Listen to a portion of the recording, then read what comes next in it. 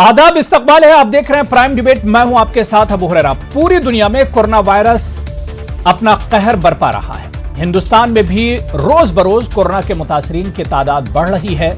रियासत Maharashtra corona virus से सबसे ज्यादा मुतासिर है। लेकिन अच्छी बात यह है कि हिंदुस्तान ने कोरोना के फैलाव को बहुत हद तक रोका है।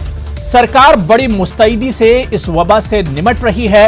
आखिर इस वबा से बचाव के लिए, इस वबा को शिकस्त देने के लिए क्या कुछ एहतियात बरतना जरूरी है, क्या कुछ करना जरूरी है, इस पर हम तफसील से बात करेंगे। बहुत खास मेहमान भी मेरे साथ प्राइम डिबेट में जुड़ रहे हैं, लेकिन सबसे पहले यह रिपोर्ट देखिए।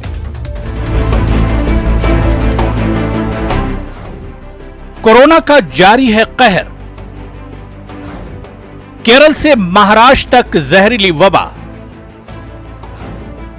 हिंदुस्तान देगा कोरोना को शिकस्त।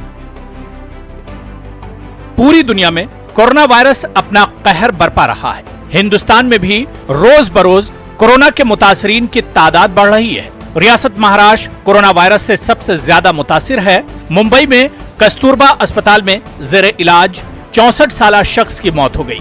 मरकज ने मुंबई में हुई ताजा हलाकत की तस्दीक कर दी है। मुल्क में अब तक 3 अफराद कोरोना वायरस की जद में आकर हलाक हो चुके हैं। इससे कबल कर्नाटक और दिल्ली में कोरोना वायरस से एक हलाकत की तस्दीक हो चुकी है।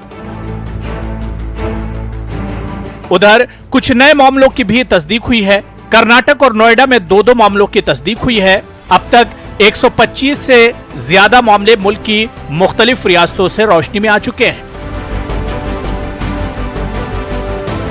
मरकज के जेरे इंतजाम लद्दाख में कोरोना वायरस के मजीद 3 मामलों की तस्दीक हुई है।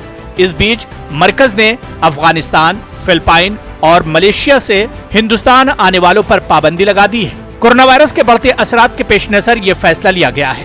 दोपहर 3 बजे के बाद कोई फ्लाइट इन ममालिक से हिंदुस्तान नहीं आई। सफरी पाबंदी 31 मार्च तक जारी रहेगी।